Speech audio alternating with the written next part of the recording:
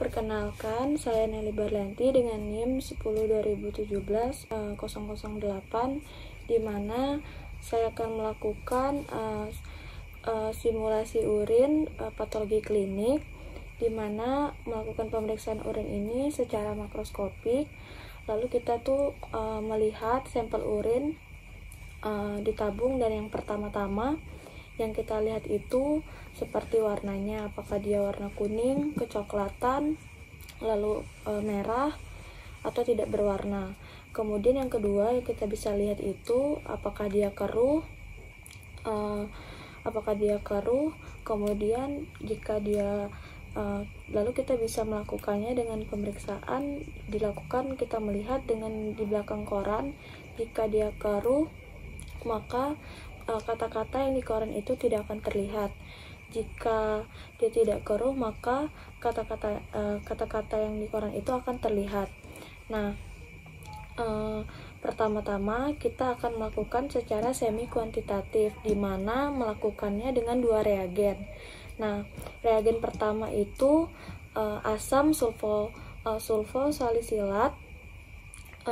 Reagen kedua itu asam asetat. Nah, di mana kita akan melakukan dengan pemeriksaan reagen pertama, di mana pertama-tama kita ambil urin ditabung sebanyak 2 cc. Terus kemudian kita masukin reagennya, reagen asam sulfosalisilatnya ini sebanyak 8 tetes. Kemudian setelah kita lakukan, kita lakukan dengan 2 kali untuk sebagai kontrol, dimana setelah itu kita bakar. Habis kita bakar, lalu kita lihat dan kita tunggu beberapa saat. Setelah itu habis kita bakar, kita ambil yang kedua tadi, yang sebagai kontrol tadi, untuk kita bandingkan.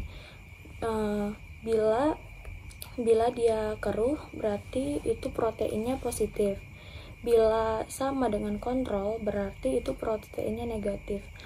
Lalu untuk pemeriksaan reagen kedua menggunakan asam asetat, di mana sama kita ambil urin sebanyak 2/3 tabung, lalu kita tambahkan 8 tetes asam asetat, kemudian kita bakar lagi. Nah, kita bakar di pinggir-pinggirnya. Kenapa kita bakar di pinggir-pinggirnya? Itu karena kontrolnya itu berada di bagian bawah, sedangkan yang pemeriksaan di awal itu kita bakar di bagian ujungnya, untuk melihat keruh apa tidaknya gitu. Kita bisa lihat di bagian atasnya. Nah, jika di bagian atasnya itu tidak keruh, maka itu proteinnya negatif. Tapi kalau misalkan di bagian atasnya itu keruh tapi di bagian bawahnya tidak, berarti itu proteinnya positif. Baik, selanjutnya pemeriksaan secara kuantitatif, di mana secara kuantitatif ini melakukannya secara pemeriksaan SBAH, di mana pertama-tama kita ambil tabung reaksi, lalu kita isi urin sampai batas U yang tertera di dalam, kemudian kita ambil reagen SBAH-nya sampai batas R yang ada di atas ini. Kemudian jika sudah, itu kita diamkan selama 24 jam. Nah, untuk kenapa kita diamkan? Untuk melihat hasil pengendapan urin yang digunakan, pengendapan urin. Lalu urin yang digunakan ini adalah urin 24 jam. Bila pengendapannya itu di bawah sudah terlihat, setelah 24 jam kita akan langsung menghitung, misalkan di sini itu 2 gram dengan volume urin yang hasilnya itu adalah 10 volume urinnya itu 5 gram. Terus maka kita tinggal kaliin aja Misalkan kan hasilnya itu 10 gram. Nah, maka interpretasinya itu kalau dia negatif, kalau dia positif itu akan keruh. Kalau dia positif 2, itu dia akan terdapat sedikit keping. Kalau dia positif 3 itu sudah banyak keping. Kalau dia positif 4 itu pengendapannya sudah banyak sekali. Kemudian selanjutnya melakukan pemeriksaan reduksi glukosa, di mana kita menggunakan Benedict, lalu kita ambil tabung, lalu kita masukkan reagen Benedict ini sebanyak 5 ml. Setelah kita masukkan sebanyak 5 ml, lalu kita masukkan urin ini 8 tetes. Nah, setelah kita masukkan urin 8 tetes tadi, kita kocok sedikit, lalu kita panaskan menggunakan pemanas air dengan suhu yang 100 derajat. Nah, lalu jika sudah kita panaskan, kita kocok sedikit atau homogenkan. Nah, setelah itu kita lihat warnanya. Nah, jika warnanya itu biru, maka berarti dia reduksi glukosanya itu negatif. Kalau misalkan positif 1 itu reduksi glukosanya berwarna hijau. Kalau dia positif 2 itu reduksi glukosanya hijaunya udah mulai kekuningan. Kalau dia positif 3 berarti reduksi glukosanya itu udah mulai kuning. Kalau dia positif 4 berarti reduksi glukosanya itu sudah mulai merah-merah. Selanjutnya kita akan melakukan pemeriksaan benda keton. Nah, di mana pemeriksaan benda keton ini menggunakan reagen Rutera, di mana pertama-tama kita ambil tabung reaksinya, lalu kita tuang 5 cc urin. Setelah kita tuang 5 cc urin, kita ambil reagen Ruteranya ini menggunakan sendok kecil. Kemudian kita biarkan atau kita kocok, kita biarkan sebentar, lalu kita homogenkan atau kocok pelan-pelan saja. Terus kita tunggu selama 3 menit. Nah, kalau sudah, kalau sudah kita gunain lagi amonium hidroksilat yang padat. Kemudian jika sudah kita gunain, kita masukin amonium hidroksilatnya ini sedikit-sedikit, yang dari ujungnya, pelan-pelan aja. Kemudian masukinnya juga dari samping. Kemudian kita tunggu. Nah, bila dia terdapat cincin berwarna ungu, berarti itu benda ketonnya itu positif. Tapi kalau cincinnya itu berwarna coklat, berarti benda ketonnya itu negatif. Kemudian melakukan pemeriksaan cara kedua menggunakan reagen Gethard. Itu sama seperti tadi, kita masukin 5 cc urin yang tadi, lalu kita ambil reagennya menggunakan sendok kecil, terus kita diamkan.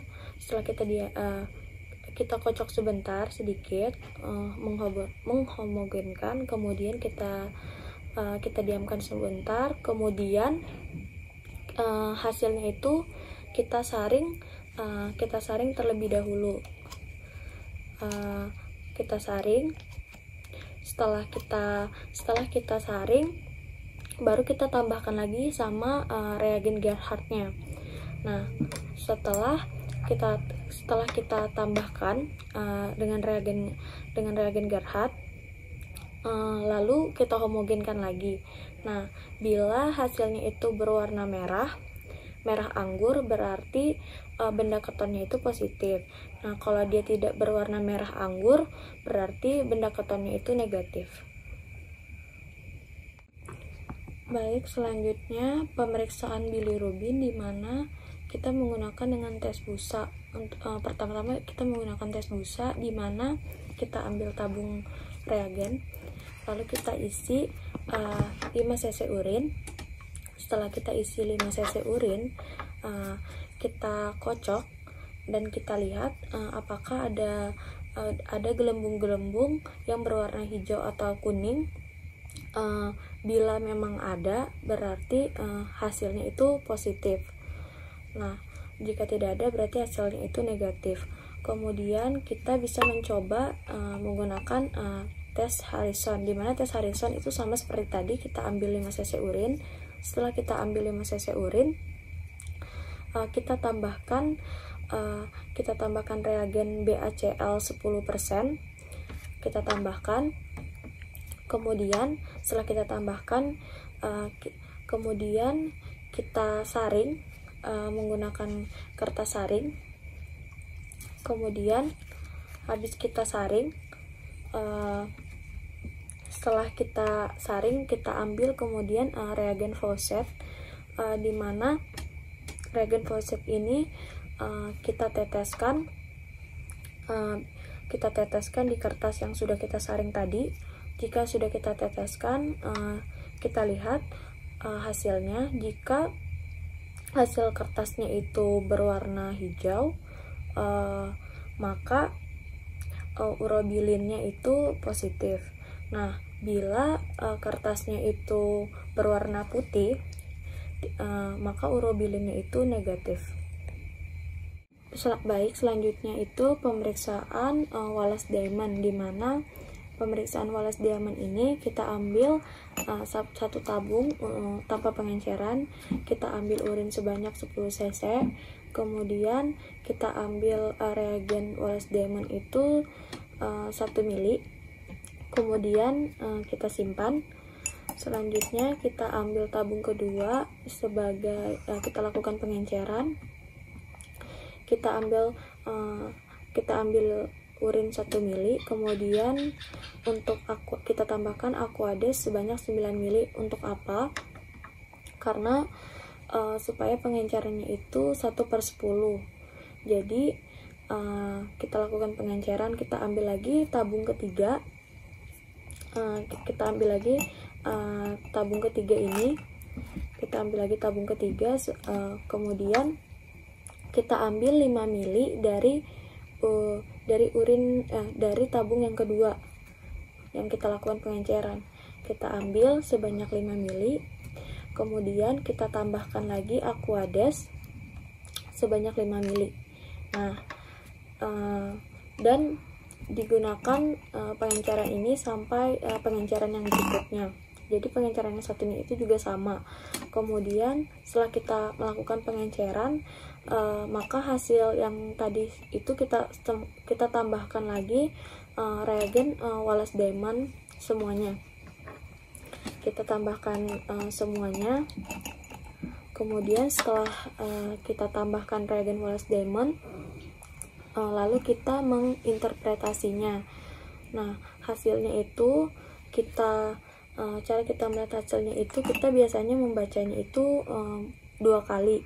Nah, pada saat melihat, kita itu lihatnya dari atas, lalu lebih baik menggunakan kertas putih di bawahnya. Kemudian setelah itu kita lihat, nah, warna merah, biasanya warna merah yang pertama pada contohnya yang saat ini itu warna merah yang pertama itu warna merahnya ada di 1/20, maka hasil pelaporannya itu 1/20 merah. Terus yang untuk warna coklatnya itu berada di 1/40, maka untuk pelaporannya itu 1/40 coklat. Baik, selanjutnya pemeriksaan urobilin urin menggunakan reagen Schlesinger, di mana kita menggunakan itu urin sewaktu. Kemudian pertama-tama kita ambil tabung reaksi, lalu kita ambil urin itu sebanyak 5 cc urin. Setelah kita ambil urin 5 cc urin, kemudian kita teteskan beberapa tetes Lugol. Kita teteskan beberapa tetes Lugol untuk menghancurkan urobilinogennya. Nah, baru kita menggunakan Schlessingernya sebanyak 5 cc. Setelah sudah kita ambil sebanyak 5 cc, lalu kita saring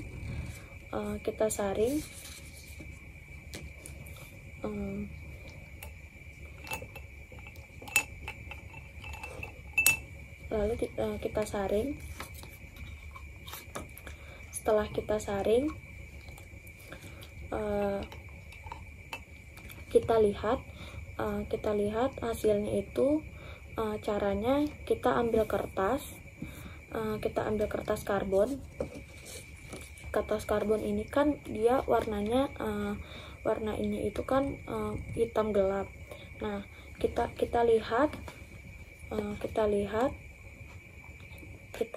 dari sini. Kemudian habis kita lihat dari sini itu, jika tidak ada efloresensi, maka dia itu positif. Kalau dia tidak ada efloresensi berarti dia itu negatif. Tapi jika terdapat efloresensi warna hijau, maka dia itu positif 1. Nah, untuk positif 2-nya itu efloresensinya itu berwarna hitam. Baik, selanjutnya melakukan pemeriksaan mikroskopis urin, di mana kita ambil urinnya itu sebanyak 7-5 mili 7-5 mili urin. Kemudian kita bisa lakukan itu 2 kali. Kemudian setelah itu kita lakukan centrifuge. Setelah kita lakukan centrifuge itu kita tunggu dulu selama 5 menit. Setelah itu jika centrifuge-nya itu sudah selesai, kita tunggu lagi selama 5 menit. Untuk biasanya kan dia ada cairannya tuh, terus ada endapan juga di bawahnya. Nah, cairannya itu kita buang. Setelah kita buang, yang kita ambil itu adalah endapannya. Terus kita taruh di endapannya itu di kertas, kita taruh, kemudian kita tutup menggunakan cover glass. Setelah kita tutup menggunakan cover glass, lalu kita lihat menggunakan mikroskop, di mana kondensornya itu diturunkan, lalu diafragma itu ditutup. Kemudian kita bisa untuk lensa objektifnya itu 10 kali untuk melihat apakah dia ada silinder ataupun ada epitel. Lalu bila kita menggunakan perbesaran 40 kali, kita bisa melihat apakah ada eritrosit, leukosit ataupun jenis-jenis epitel lainnya. Baik, selanjutnya itu melakukan pemeriksaan tes pemekatan, di mana di sini kita itu menggunakan urin yang dibagi menjadi 4 waktu, di mana yang pertama ini dari pukul 7 sampai 11, ini dari 11 sampai 15, lalu ini 15 sampai 19, lalu ini 19 sampai 7 pagi yang esok harinya. Kemudian kita pilih salah satu, lalu kita tuang urinnya itu semuanya ke dalam tabung ukur ini, lalu kita gunakan urinometer. Lalu urinometer ini harus bisa mengambang di dalam urin tersebut. Nah, kalau dia nggak bisa, kalau bisa lebih kecil dari volume urinnya. Nah, kita taruh. Terus bila urinometernya ini tidak mengambang, maka yang harus kita lakukan itu adalah melakukan pengenceran. Nah, biasanya pengencerannya itu dilakukan 2 kali lipat. Maka untuk melihat hasilnya sendiri itu biasanya volumenya misalkan di sini 40, maka kita tambahkan lagi volume urinnya itu 40 mili, menambahkan volumenya itu 40 mili. Kemudian pemeriksaan ini tuh biasanya dilakukan untuk memeriksa berat jenis. Kemudian biasanya prinsipnya itu sama kayak yang tadi. Bedanya itu kita harus menghitung suhunya. Misalkan suhu ruangannya di sini itu misalkan suhu ruangannya itu 26. Nah, suhu yang ada di sini itu kan misalkan 20. Jadi 26 jadi kita kurangin aja tuh 26 dikurang sama suhu yang di sini 20. Jadi kan 6 tuh. Nah, lalu kita menggunakan rumus, kita bagi 3. Nah, hasilnya kan 2. Nah, 2-nya ini itu ditambahin sama berat jenis yang hasil hitung dari urinometer yang tadi yang tersebut. Terus secara prinsip sebenarnya tes pemekatan ini dan sekalian berat jenisnya itu untuk volumenya biasanya kalau siang dia itu siang atau malam biasanya dia volumenya itu akan berkurang. Sedangkan kalau untuk berat jenisnya, kalau dia itu semakin malam biasanya dia akan semakin bertambah untuk berat jenisnya. Baik, selanjutnya itu pemeriksaan urin dengan cara tarik celup, di mana pertama-tama kita ambil urin pagi, lalu kita tuang urinnya ke dalam gelas ukur. Setelah kita tuang, kemudian kita ambil tarik celup dan botol yang sudah disediakan. Kemudian kita harus tutup secara cepat agar tarik celupnya ini tidak teroksidasi. Kemudian jika sudah, kita tarik celupnya ini yang tadi kita masukkan ke gelas ukur yang sudah berisi urin. Kita masukin sampai batasnya. Kemudian setelah kita masukin, kita keluarkan. Setelah kita keluarkan, kita keringkan menggunakan tisu. Kemudian setelah sudah kering, biasanya hasilnya itu sudah terbaca. Nah, lalu kita ambil tabung tarik celup, karena di sini sudah tertera data-datanya. Kemudian biasanya kita langsung baca dari yang sudah berubah duluan. Biasanya contohnya misalkan glukosanya udah berubah, kita bandingkan, kemudian kita bacanya itu seterusnya sampai ke leukositnya. Baik, selanjutnya melakukan tes kehamilan, di mana melakukan tes kehamilan ini melakukan 2 pengetesan, di mana ada pengetesan indirect dan direct. Nah, pertama-tama di sini saya akan melakukan pengetesan indirect, di mana kita sudah menyediakan atau membeli kit, lalu kita ambil urin yang sudah disediakan, kita masukkan ke gelas ukur. Jika sudah kita masukkan di tabung gelas ukur, lalu kita ambil stripnya. Nah, sebelum itu kita lihat dulu untuk expirednya itu biasanya kapan. Lalu yang kedua, kita harus tahu berapa lama yang harus ditaruh. Biasanya setiap kit itu dia berbeda-beda. Contohnya di sini kita menggunakan 1 menit. Jadi kita masukin kitnya yang tadi di dalam urin. Setelah kita masukin, terus kita tunggu selama 1 menit. Nah, biasanya itu hasilnya sudah akan terlihat. Nah, jika biasanya ada tulisan C dan T, di mana kalau C itu sebagai kontrol, dimana kalau dia terdapat garis di C maka kehamilannya itu biasanya negatif. Kemudian jika dia terdapat di dua strip garis di C dan T maka kehamilannya itu positif. Jika tidak ada strip di C maka jika tidak terdapat garis di C atau lalu terdapat garis di T maka berarti dia hasilnya itu invalid.